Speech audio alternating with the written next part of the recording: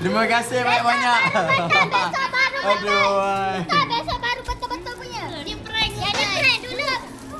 Patutlah tadi siapa tadi apa? Daniel Afiq cakap nanti ustaz marah. Budak-budak ni nakal betul. Boleh kita orang buang tau. Jangan buang. Dia tak lebih boleh guna lagi. Saya kena Besok jangan buat hal pula. Lagi saya buka lagi keluar katak pula. Oh, cantik.